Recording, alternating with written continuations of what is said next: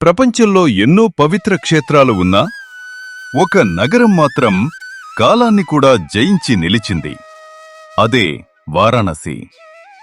గంగానది ఒడ్డున వెలిసిన ఈ నగరం భూమిపై ఉన్న పురాతన జీవంత నగరాలలో ఒకటి.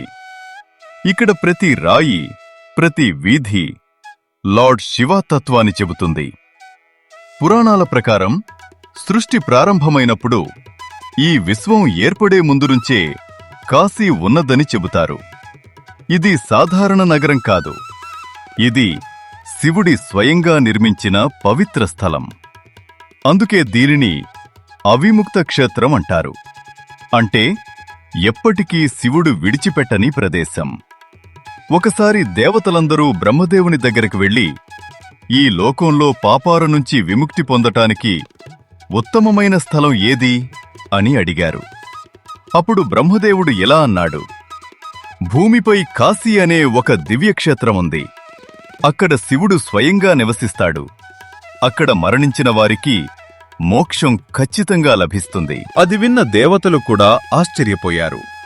ఎందుకంటే ఈ ప్రపంచంలో ఎక్కడైనా పాపాలు చేసిన వారికి శిక్ష తప్పదు. కాని కాశీలో మాత్రం శివుడు తన భక్తుల్ని కాపాడటానికి ప్రత్యేకంగా నిలుస్తాడు. ఒకప్పుడు పార్వతీదేవి శివుణ్ణి అడిగింది: ప్రభూ, మీరు ఎక్కడ నివసించటానికి ఇష్టపడతారు అని. అప్పుడు శివుడు స్మితం చేస్తూ ఇలా అన్నాడు: నా హృదయం ఎప్పుడూ కాశీలోనే ఉంటుంది. అక్కడే నేను నా భక్తులతో కలిసి ఉంటాను. అందుకే శివుడు అక్కడ విశ్వనాథుడుగా పూజలు అందుకుంటున్నాడు. అంటే ప్రపంచానికి నాథుడిగా, పరమాధిపతిగా నిలుస్తున్నాడు.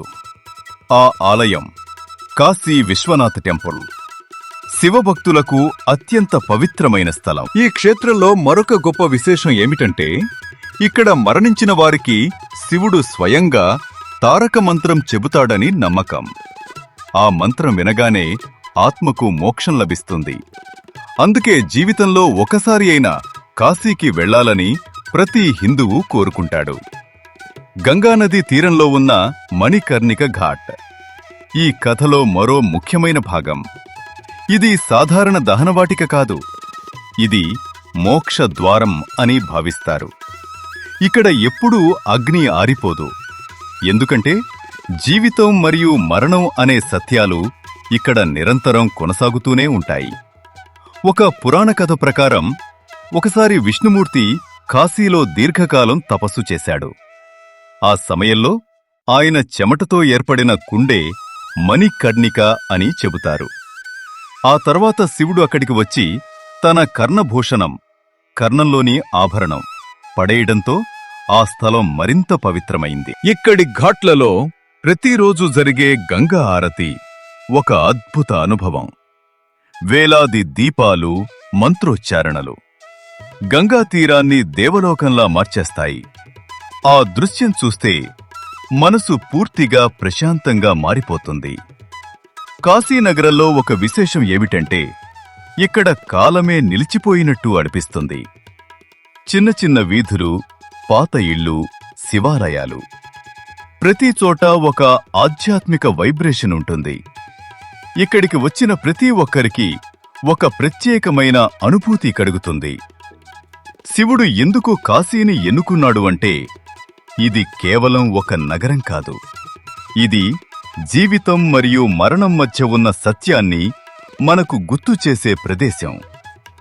ఇక్కడ మనిషి తన అహంకారాన్ని విడిచిపెట్టి నిజమైన ఆత్మస్వరూపాన్ని తెలుసుకుంటాడు. కాబట్టి కాశీకి వెళ్లడమంటే కేవలం యాత్ర కాదు, అది ఒక ఆధ్యాత్మిక ప్రయాణం. అక్కడ శివుడి సన్నిధిలో మన జీవితానికి అర్థం తెలుసుకునే అవకాశం లభిస్తుంది. ఇదే కారణం ఎందుకు వారాణసిని మోక్షనగరమంటారో. ఎందుకంటే అక్కడ శివుడు ఉన్నాడు, ఆయన ఆశీర్వాదం ఉంది, మరియు అక్కడ ప్రతి ఆత్మకు శాశ్వత శాంతి లభిస్తుంది.